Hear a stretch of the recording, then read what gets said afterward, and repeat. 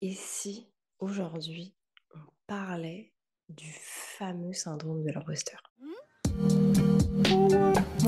Salut à tous, c'est Aude et j'espère que vous allez bien. On se retrouve aujourd'hui pour l'épisode numéro 4 de la série Comment démarrer un business de zéro. Aujourd'hui, j'ai envie qu'on aborde deux sujets. Le premier étant le positionnement et le second étant votre expertise. Très important de faire le lien avec l'épisode numéro 1. Vous vous rappelez, on a parlé des 3 types de marchés: santé, richesse et relations. On a également parlé de l'océan rouge et l'océan bleu. Et pour finir, on a parlé des 3 manières de plus ou moins fonctionner, c'est-à-dire en étant le premier, le meilleur ou différent. Si vous n'avez pas vu cet épisode, s'il vous plaît, allez le voir avant de commencer cet épisode-ci parce qu'ils sont extrêmement liés l'un avec l'autre. Dans un premier temps, je vous propose qu'on parle donc du positionnement. Déjà, qu'est-ce que c'est que le positionnement? La définition pure et dure. C'est concrètement le positionnement occupé par une marque dans l'esprit de ses consommateurs et qui lui permet de se différencier de ce marché. Un exemple hyper concret, Apple, Samsung. Chacun a son positionnement, chacun a ses produits phares, chacun a sa manière de communiquer. Vous voyez. Donc concrètement, pourquoi est-ce que le positionnement marketing va être très important pour vous? Donc dans un premier temps, ça vous permet de vous faire une place concrètement sur le marché. Donc c'est votre différenciation. Ça va vous permettre d'une certaine manière de pérenniser votre activité, mais aussi de construire votre notoriété. Ça, je trouve que c'est très important de le mentionner. C'est que beaucoup de personnes qui se lancent après un an ont l'impression d'être experts, l'impression d'avoir réussi et l'impression de pouvoir expliquer au monde entier tout ce qu'ils ont fait. Néanmoins, ici, le facteur pérennité n'est pas du tout actif. C'est-à-dire que la pérennité d'un business, c'est pas un an, c'est pas 2 ans. C'est plusieurs années. C'est avoir la capacité d'avoir de la vision sur le long terme, que ce soit de la vision de là où vous avez envie d'amener votre entreprise, mais également chiffrer concrètement avec votre business plan, etc. Donc très attention à ça. Au-delà du fait de la première année passer de 0 à 10 000 euros par mois, ce qui est encore plus important, c'est très concrètement la pérennité de votre entreprise. La deuxième raison pour laquelle le positionnement est important, c'est d'avoir une stratégie marketing qui est cohérente. Donc concrètement ici, il y a 4 points. Qu'est-ce que vous allez vendre? Comment est-ce que vous allez le vendre et comment est-ce que vous allez le délivrer? Donc ici, il s'agit de votre canal de vente. Quel va être le prix, la valeur et le format de ce que vous allez vendre, si bien entendu vous ne vendez pas des produits physiques. Et pour terminer, quelle est votre stratégie de communication? Très souvent, on vulgarise énormément le positionnement à la stratégie de com. C'est pas du tout le cas. Vous avez vraiment ces 4 facteurs à prendre en compte. Par exemple, si on fait des petites corrélations avec tout ça, si vous avez une image luxe, vous ne pouvez pas vendre vos produits sur les marchés. Et vous ne pouvez sans doute pas vendre vos produits à un certain prix. Vous ne trouverez jamais un sac à main Chanel à 100 euros. De la même manière, je prends l'exemple de Lidl, qui du coup a pour slogan le vrai prix des bonnes choses, si je dis pas de bêtises. Eux, c'est la même chose. Mais dans le sens, c'est qu'ils vont pas avoir la possibilité d'aller au-delà de certaines marques et vous ne trouverez jamais des produits chez Lidl qui sont overpriced. Donc par exemple, je sais pas, moi je vous donne un exemple de Lidl qui aime bien sortir des produits un petit peu, alors je vais pas dire bas de gamme, mais de marques un petit peu différentes. Par exemple, là où vous allez pouvoir acheter un air fryer Philips à 150 euros, bah, peut-être que Lidl va vous le proposer d'une marque qu'on ne connaît pas en France à 89 euros. Ça ne fait pas du produit un produit low cost, c'est juste que c'est l'image, encore une fois, de Lidl qui va être mis en avant. Et à contrario, j'aime bien utiliser cet exemple-là. Alors vous le connaîtrez, vous ne le connaîtrez peut-être pas. Il s'agit de Waitrose en Angleterre, donc ou Marks Spencer. Peut-être que vous connaissez plus Marks Spencer en France. Ce sont deux enseignes de supermarchés anglais qui sont complètement overpriced. Donc concrètement, si vous allez dans un Sainsbury ou un Tesco en Angleterre, ce qui est concrètement Intermarché Leclerc si vous voulez, vous avez une gamme de prix. C'est plus ou moins, ça se joue à quelques centimes, quelques dizaines de centimes entre les deux magasins. À côté de ça, Marks Spencer et Waitrose, en plus d'avoir leurs propres produits, donc la marque Marks Spencer et Waitrose, vont être 2 fois plus chers ou du moins peut-être 5% plus cher que les marques de distributeurs classiques. Et ça, c'est concrètement un positionnement pour eux. Et ça fait qu'aujourd'hui, ce sont deux des types de magasins qui sont très appréciés en Angleterre parce que c'est rattaché un petit peu au supermarché de luxe alors qu'il y en a énormément et ça donne vraiment une image assez particulière aux Anglais. Un autre exemple que j'aime bien donner, ça c'est l'exemple qui est le plus utilisé de façon en marketing, hein, c'est l'exemple de Bic. Donc la marque Bic, comme vous le savez sans doute, a 3 produits phares. Ils ont plus de produits phares, mais ils ont 3 produits phares, 3 produits héros, qui sont le crayon Bic, le rasoir Bic et le briquet. Donc c'est vraiment connu pour ça. Et du coup, Bic est sur un positionnement concrètement de produits essentiels. Ce ne sont ni des produits luxe, ce sont ni des produits bas de gamme, ce sont des produits essentiels. Néanmoins, il y a quelques années de ça, vous avez peut-être suivi que Bic a essayé de lancer un parfum. Donc c'est vraiment un petit parfum comme celui-ci. Ça n'a pas du tout marché. Ça a été un des plus gros flops de Bic, avec également le téléphone, en fait, comment on appelle ça? Les burners, en gros des téléphones qui n'ont pas de forfait, il y a un numéro unique, vous pouvez l'utiliser un mois et après ça disparaît. Et concrètement, ça n'a pas fonctionné. Pourquoi? Parce que le parfum est associé au positionnement du luxe et Bic était associé au positionnement des produits essentiels. Donc, ça n'a pas fonctionné pour eux, alors que c'est une marque, je veux dire, qui fonctionne énormément. C'est sans doute une des meilleures marques qui existent sur le marché. Et pourtant, elle a sorti un parfum, ça n'a pas marché. C'est pour ça que votre positionnement est très important par rapport aux différents produits que vous allez mettre en avant. Si vous faites un type de produit, vous pouvez sans doute pas en faire un autre. Et pour terminer, donc quatrième raison pourquoi c'est important, c'est tout simplement de pouvoir toucher vos clients de manière beaucoup plus efficace. Tout simplement parce que quand un client aime une marque, il va être attiré par cette marque-là. Encore une fois, je reprends l'exemple d'Apple. Moi, personnellement, j'ai tout Apple. C'est-à-dire que j'ai un Mac Apple, j'ai un iMac Apple, j'ai un iPad Apple, j'ai un téléphone Apple. J'ai absolument tout chez Apple et j'aime beaucoup en plus les nouveautés. C'est-à-dire que quand il y a des nouveaux produits qui vont sortir, je vais être intéressée. Par exemple, je suis fan de mon téléphone, mais le jour où le flip iPhone, donc l'iPhone à clapet sort, même si ça coûte 3000 euros, honnêtement, je me l'achèterai parce que j'ai trop envie de l'avoir. Et ça, c'est vraiment en fait le positionnement d'une marque qui fait que j'ai envie, même si c'est pas un désir, c'est pas un besoin, c'est vraiment une envie extrêmement personnelle, voire émotionnelle. Et c'est ça qui est très intéressant quand vous faites du positionnement. Alors bien entendu, il existe différents types de positionnement. On va retrouver le positionnement fonctionnel. On va également retrouver le positionnement psychologique, le positionnement symbolique, le positionnement sur le prix et le positionnement sur la qualité. Donc très brièvement, je vous les explique. Le positionnement fonctionnel, qu'est-ce que c'est? Ici, concrètement, c'est que la fonction du produit et la réponse aux besoins du consommateur est mis en avant dans le positionnement marketing. Donc l'exemple qui apparemment est beaucoup utilisé, c'est Kiabi, la mode à petit prix. C'est vrai que Kiabi, que ce soit de l'enfant ou de l'adulte, ce sont des produits qui sont connus pour être quand même de bonne qualité, mais pour autant très très peu cher. De la même manière, on va retrouver Decathlon, qui a eu pendant très longtemps, c'est plus le cas, mais très longtemps le slogan. Alors en français, je ne saurais pas. En anglais, c'est Make the sport accessible to the many. Donc en français, ça ferait faire que le sport est accessible à tout le monde, en fait, au plus grand nombre de personnes. C'est pour ça que chez Decathlon, très souvent, vous allez retrouver 3 gammes de produits. Une gamme expert, une gamme intermédiaire et une gamme vraiment pro. C'est ce qu'on appelle le produit bleu, c'est-à-dire des produits qui sont très très peu chers pour que, peu importe quelle activité vous avez envie de faire, vous puissiez le faire si vous n'avez pas le budget pour. Donc voilà un petit peu le positionnement fonctionnel. Ensuite, on va avoir le positionnement compulsif, donc psychologique. Ici, le but, c'est vraiment d'actionner en fait sur les motivations très profondes du consommateur. Comme je vous le disais tout à l'heure, c'est un petit peu genre plus sur l'envie, l'émotion que sur le besoin essentiel. Donc là, c'est purement de l'achat compulsif, des choses qu'on va acheter sans réfléchir. Ensuite, on va avoir le positionnement symbolique. Là, c'est vraiment l'appartenance à un groupe.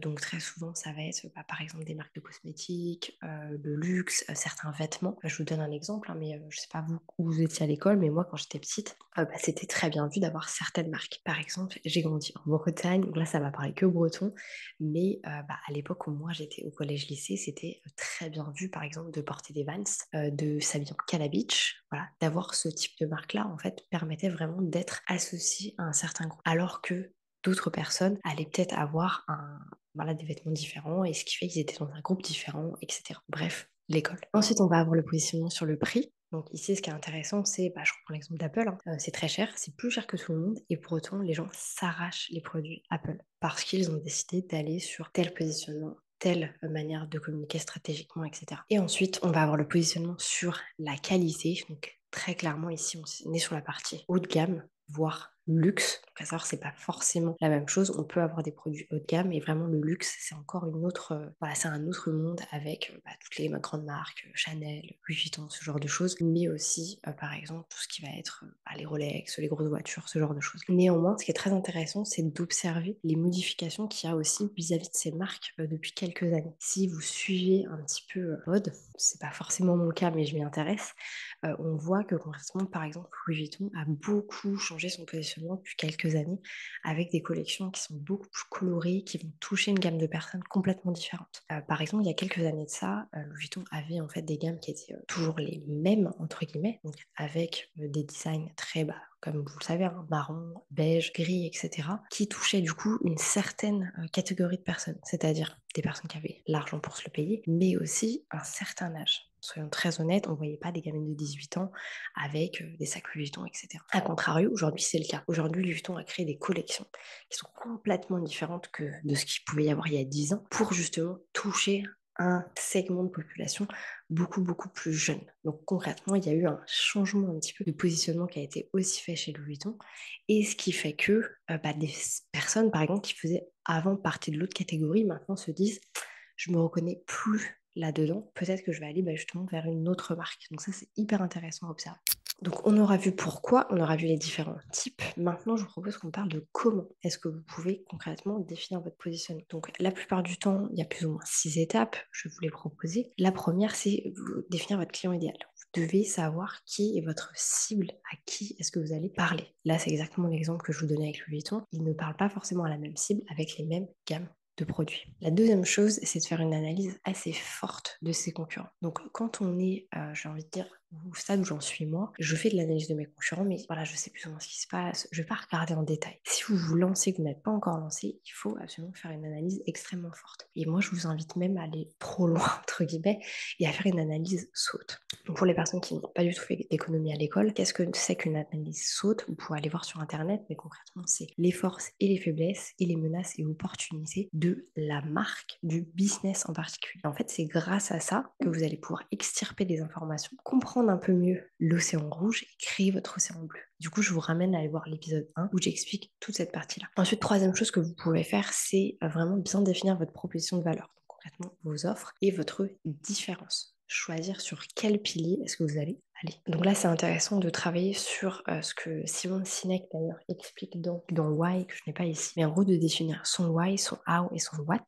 Donc son Why, c'est son pourquoi, c'est la promesse un petit peu de ce que vous allez offrir dans la totalité. Ensuite, on a le How, qui est le comment est-ce que vous allez offrir cette chose-là. Et ensuite, vous avez le What, donc concrètement avec quoi, physiquement parlant, dites en prenant un mouchoir, physiquement parlant, vous allez offrir cette chose-là. Une fois que vous avez ces trois étapes-là, moi, ce que je vous conseille, c'est de commencer aussi un petit peu à travailler sur votre storytelling. C'est-à-dire, pourquoi est-ce que vous décidez d'aller vers tel positionnement et pourquoi est-ce que les gens devraient vous faire confiance à vous et pas à une autre personne. Donc là, il est important de savoir raconter son histoire. Si vous ne savez pas le faire, c'est pas un exercice facile, je vais pas vous le cacher. N'hésitez pas à nous rejoindre dans Get Your Lunch Done. Il y a toute une partie, toute une formation sur le storytelling et c'est vraiment quelque chose qui est essentiel parce que vous devez savoir parler, vous devez savoir expliquer qui vous êtes, ce que vous faites, pourquoi est-ce que vous le faites et pourquoi il devrait vous choisir, vous et pas quelqu'un d'autre. Ensuite, une fois que vous avez fait tous ces exercices-là, ce qui est intéressant, c'est de réévaluer un petit peu le positionnement que vous vous êtes établi, donc avec les 4 points précédents, et re-regarder le premier exercice de l'épisode 1, océan bleu, océan rouge, pour voir si c'est en accord en fait avec tout ça, avec tout ce que vous auriez pu éliminer, créer, etc. Vous ne comprenez pas ce que je suis en train de raconter, allez regarder l'épisode 1. Et ensuite, la dernière chose très concrètement, ça va être de tester, voir ce que vous pouvez faire. Donc par rapport à la proposition de valeur que vous avez envie de mettre en place, votre offre, moi je vous amène à d'abord créer un produit gratuit et voir qui se sont attirés, qui va avoir envie d'acheter, de vous contacter, de télécharger. Donc vraiment, le lead magnet, il est essentiel quand on veut commencer. Les lead magnets, il est fort possible que j'en parle. N'hésitez pas d'ailleurs à me dire dans les commentaires si vous voulez en savoir un peu plus sur la création de lead magnets, comment est-ce que ça se passe, etc. C'est vrai que c'est quelque chose que j'explique beaucoup dans Get Your Lunch Done. Je suis prête à le faire un petit peu ici. Je le ferai moins en détail, bien entendu. Mais pourquoi pas? Dites-moi dans les commentaires. Donc voilà un petit peu comment vous pouvez définir votre positionnement. Moi, je vous invite à le faire, à prendre votre temps. C'est quelque chose qui est très important parce que c'est ça qui va faire toute la différence. Aujourd'hui, je vous donne un exemple.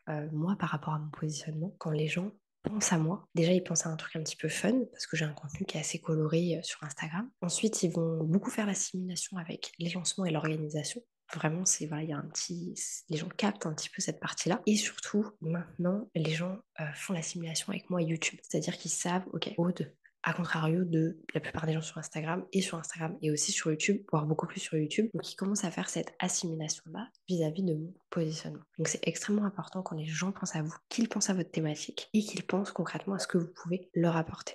Donc c'était tout pour la partie positionnement. Maintenant, j'aimerais rapidement qu'on parle d'un autre sujet qui est le sujet de l'expertise. On en parlera sans doute beaucoup plus en détail, mais j'ai envie d'aborder plusieurs petits points par rapport à ça. En particulier la partie syndrome de l'imposteur et légitimité. Donc syndrome de l'imposteur, concrètement, qu'est-ce que c'est? C'est quand vous avez cette impression de ne pas être légitime, de faire quelque chose. C'est-à-dire que vous proposez un service ou un autre et vous avez ce sentiment de je ne devrais pas être là. Et concrètement, ça, c'est quelque chose qui se travaille vis-à-vis de votre expertise. Je vous donne un exemple. Quelqu'un qui va avoir un syndrome de l'imposteur va peut-être se dire ah mais en fait j'ai pas obtenu de résultat avec mes autres clients, bah du coup je devrais pas proposer ce genre de choses. Ah bah tiens, j'ai pas eu de résultat moi-même, bah je devrais peut-être pas poser ce genre de choses, etc. C'est une réflexion qui est hyper intéressante à avoir parce que dans un premier temps, si vous proposez un service, vous devez être à 100% sûr de pouvoir aider les personnes. Je ne dis pas que vous devez pouvoir prouver que tous vos clients ont eu des résultats parce que quand vous commencez, c'est peut-être pas forcément le cas. Mais vous devez avoir dans votre tête cette conviction de vous dire je peux aider ces personnes-là à 100%. Si vous n'avez pas cette conviction-là, vous avez des raisons d'avoir le syndrome de l'imposteur et de ne pas vous sentir légitime. Ensuite, c'est important de savoir que pour devenir un expert, du coup je reprends une des stories de Sarah qui expliquait bien que pour devenir un expert, il faut à peu près 10 000 heures sur un sujet. Donc concrètement, si vous commencez le piano demain et vous faites 10 000 heures de piano, vous devriez devenir un expert. C'est exactement la même chose pour n'importe quelle compétence. Ce qui veut dire que parfois vous pouvez mettre des heures et des heures à devenir expert. Donc effectivement, si vous vous proclamez expert sur les réseaux sociaux, si ce n'est pas le cas, forcément vous allez ressentir ce syndrome de l'imposteur. Et c'est pour ça que parfois il vaut mieux moins se mettre en avant ou se mettre en avant de manière différente que d'essayer de rentrer encore une fois dans ce moule de ah bah tiens, tout le monde fait coach Instagram, donc je vais faire coach Instagram. Ah bah tiens, tout le monde fait coach business, donc je vais faire coach business, etc. Sortez vraiment de ce moule-là. Et c'est pour ça que c'est intéressant d'aller trouver votre niche. Ça, on en parlera dans l'épisode prochain. Ensuite, ce qui est important à savoir, je pense, par rapport à votre expertise, c'est que n'essayez pas de vendre quelque chose que vous n'avez pas déjà réalisé vous-même. Alors là, je vais rentrer un petit peu dans une petite polémique. Pour les personnes qui suivent Instagram, qui sont sur Instagram, moi, quand je suis arrivée, il y avait pas mal de gens, déjà beaucoup, mais c'est vrai qu'il y a eu un espèce de boom, j'ai l'impression, en 2022 encore. Il y a déjà sans doute eu un boom en 2020 avec le Covid, mais il y a eu un boom en 2022 de plein de coachs business qui sont arrivés de nulle part. Et en fait, ce qui est difficile pour moi à comprendre, alors je ne dis pas que des gens de 20, 22 ans ne peuvent pas être coach business, c'est pas ce que je dis. Par contre, je suis convaincue que quelqu'un qui n'a que de l'expérience depuis un an n'a effectivement pas la même légitimité que quelqu'un qui a de l'expérience depuis 10 ans. Ce que je veux dire par là, c'est que, et ça c'est ce que je vous disais en tout début d'épisode, par rapport à la pérennité de votre entreprise, beaucoup de personnes vont vouloir se lancer en se disant bah tiens, ça fait un an que j'arrive à faire ça, donc maintenant je vais apprendre d'autres personnes à le faire. Et voilà, j'ai fait pendant un an, donc je peux apprendre d'autres personnes à le faire. Sauf que c'est pas ça l'expertise. L'expertise, c'est avoir fait la même chose pendant des années, avoir compris pourquoi est-ce que ça marchait, être pérenne et être capable de passer de la case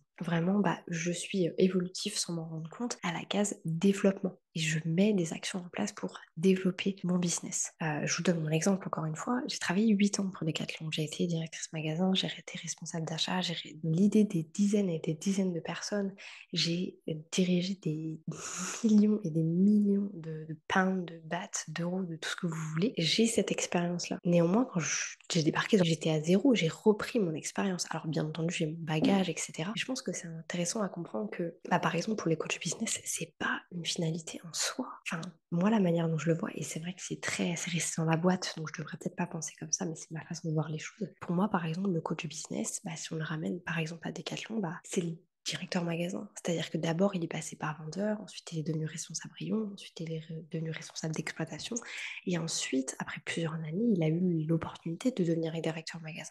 Le problème, c'est qu'aujourd'hui, nous, on se permet, entre guillemets, de prendre des postes qui ne nous sont pas forcément, dont on n'est pas forcément capable d'assumer l'entièreté des rôles. Et c'est pour ça que beaucoup de personnes aujourd'hui se lancent et ne sont pas pérennes, c'est-à-dire font leur activité quelques mois, ça ne marche pas. Et un peu le concept fake it until you make it. Encore une fois, ça, chacun sa façon de voir les choses. Moi, c'est pas du tout ma came, mais je peux comprendre que certaines personnes le font et j'ai aucun problème avec ça. Et moi, ce que je vous amène, et du coup, toute la réflexion que j'ai envie de vous dire par rapport à ça, c'est soyez un exemple. Ne reprochez pas à quelqu'un quelque chose si vous n'avez pas été un exemple sur le même sujet. Ne proposez pas à quelqu'un de faire quelque chose si vous ne l'avez pas déjà testé vous-même. Ou alors tester avec 10 personnes, etc. Vous avez le temps de faire les choses. Il faut arrêter de croire les story time qui disent que oui, tu vas pouvoir gagner 10 000 € par mois au bout de 30 jours. Non, ce n'est pas vrai. Ce n'est pas vrai. Ah, ça dépend ce que vous faites. Vous faites du commerce, vous pouvez très bien le faire. Faites du coaching en ligne avant de vos appels à je sais pas combien, c'est pas possible. Donc ça, c'est important pour moi que vous le compreniez parce que très souvent, on a cette image très lisse, très belle, très bling bling de l'entrepreneuriat. Ce n'est pas le cas. Prenez votre temps de faire les choses et ne vous surestimez pas comme ne vous sous-estimez pas. Bref, ça je pense que c'est un sujet dont on reparlera. N'hésitez pas à me dire dans les commentaires si vous voulez qu'on débriefe un petit peu plus en détail sur cette partie-là. Sur ce, moi je vous laisse. N'hésitez pas du coup, vous avez votre petit to-do ici, donc concrètement travaillez sur votre positionnement pour cette semaine. Et moi je vous retrouve la semaine prochaine où on va parler de la niche et des sous-niches. C'était Aude, je vous souhaite une belle journée, une bonne matinée, une bonne soirée, peu importe quand est-ce que vous allez regarder cette vidéo. Et je vous dis à bientôt pour une nouvelle vidéo.